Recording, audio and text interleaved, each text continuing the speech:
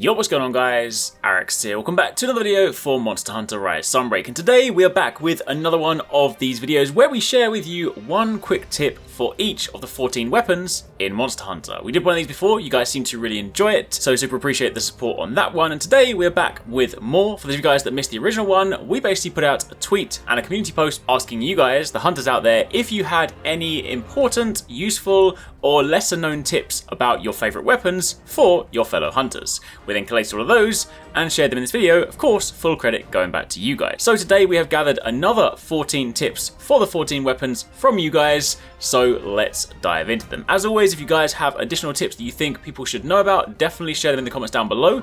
Let us know if you guys enjoyed the video. If you did, then don't forget to drop a like, but let's not waste any time, and today we're kicking things off with the Lance. This tip comes from Space Dog D, and he says, an actual tip for Lance not many people are aware of. When blocking a heavy attack and you are locked into the knockback animation, pressing R2 plus X or ZR plus B, depending on your controller, can transition into power stance for you to then stop the knockback and perform a charge counter or a leaping thrust quickly.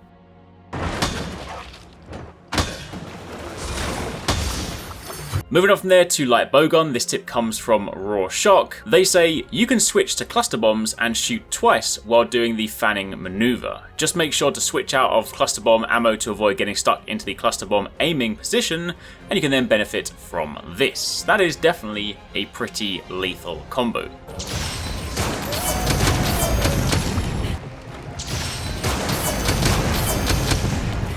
Then moving on from there for the Gunlance players, this one comes from Misen Jamal. He says, for Gunlance, reverse blast dash can be used mid-combo to either get out of the way or to keep up your offense. You can actually aim it opposite of the direction you want to fly, and you can use it to bonk monsters with your shield for a KO and slam and burst quickly, which is actually incredibly cool.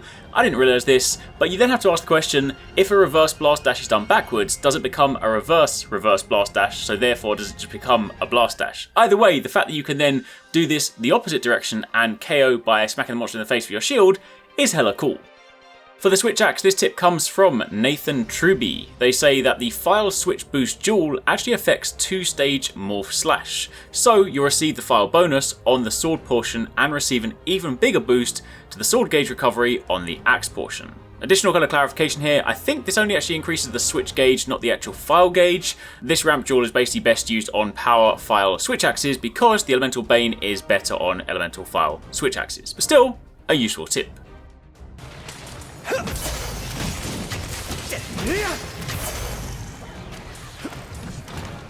For the Insect Glaive players out there, this one comes from Rich. They say that Silkbind Vault counts as an aerial bounce, so you just need to do 2 Kinsect slashes to reach the maximum charge for Diving Wyvern, which of course, for those of you guys that maybe haven't seen the video previously, that used to be the move whereby if you spent more time in the air and of course you then did the bounce off the monster, it basically builds up this invisible damage counter effectively, and then if you pull off a Wyvern dive after 3 successful bounces, you can do some meaty damage. But using this now with the new Kinsect slash is also incredibly useful. Basically, hit, vault, hit, dive. Who needs humans when you've got pets, eh?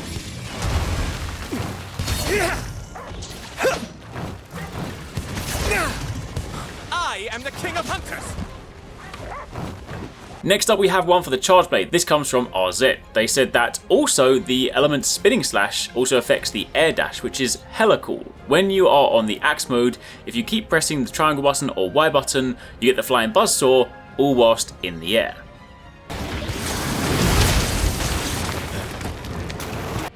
Next up for the Sword and Shield, this one is also incredibly cool. You guys might remember in the previous video we spoke about one of the infinite combos that the new Twin Blade introduced.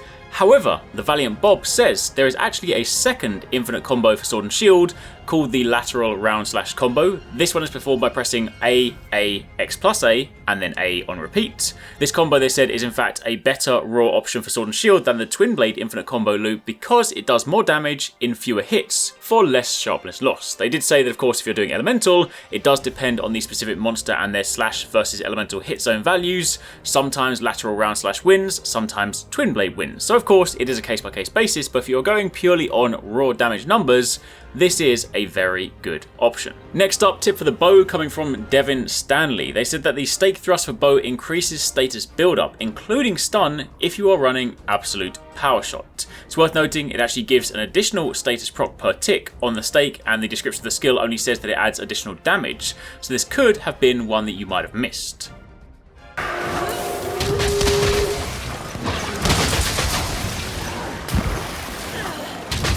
Next up for the dual blades, we have a tip from Kaik Aguila, I believe that's how you pronounce it. They said that for dual blade users on Demon Flight mode, when you hit and you're jumping, you are invincible, and it counts the dash for Iron Shine Silk to never lose sharpness. Additionally, bonus tip from Paradise, since he runs with dual blades quite a lot, it also works with the Mega Barrel Bombs on Sleep Wake Up to restore sharpness too.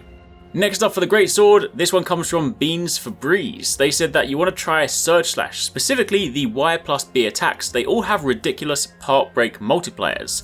They said the Y attacks have great, if narrow reach, and the B combo finisher has both increased elemental status and hyper armor. It pairs extremely well with Bloodright because you can use the first YB attack to break parts immediately, and then start wailing away for fast, consistent damage whilst healing. You do need to be really good at positioning, but this is of course a great sword, so hopefully that's something you're good at.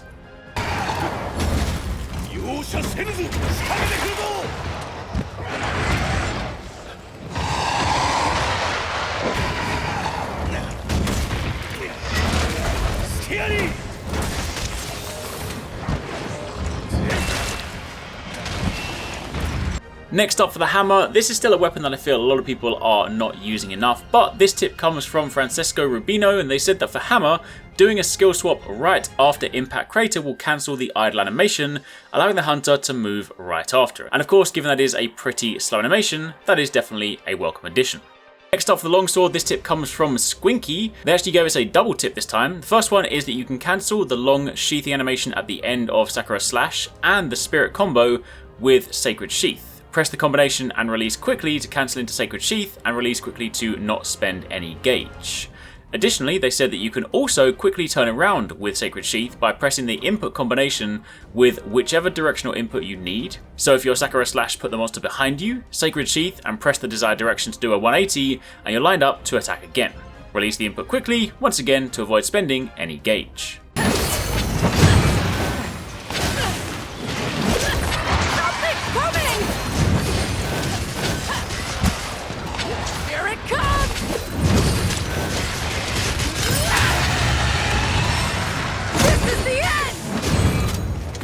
Then for the hunting horn, super useful, especially if you're fighting some of those pesky monsters. This one comes from Ong Zijun, and they said that another tip for hunting horn, the Sonic Bloom skill has a spherical hitbox, so Sonic Bloom can actually hit most airborne monsters, including a flying Kushala Daora, and has a high chance of knocking them out of the sky because of the huge damage and stun. So don't just see it as a wide sort of AoE explosion on the ground, definitely make use of this for aerial monsters. Then finally, for heavy Bogon, this tip comes from Zachary Feldman, and they say that with the crouching shot, normal shots seem to fire faster and for longer than any other shot type. They said that typically they never really use normal shots, but they tried it once and it is a kick. They had to rework their normal 3 into all of their heavy Bogon loadouts as a direct result. They said it's fun when a monster is downed because it feels like a Gatling gun for those few seconds. So there you have it, there's a rundown on 14 more tips, one quick tip for each weapon. Again, hopefully you guys enjoyed this. If you do like this series and you want to see more tips, then definitely share some down in the comments down below. But in the meantime, if you missed some of the recent videos, you can check out one of these ones linked on screen. And otherwise, keep it locked on the channel for plenty more.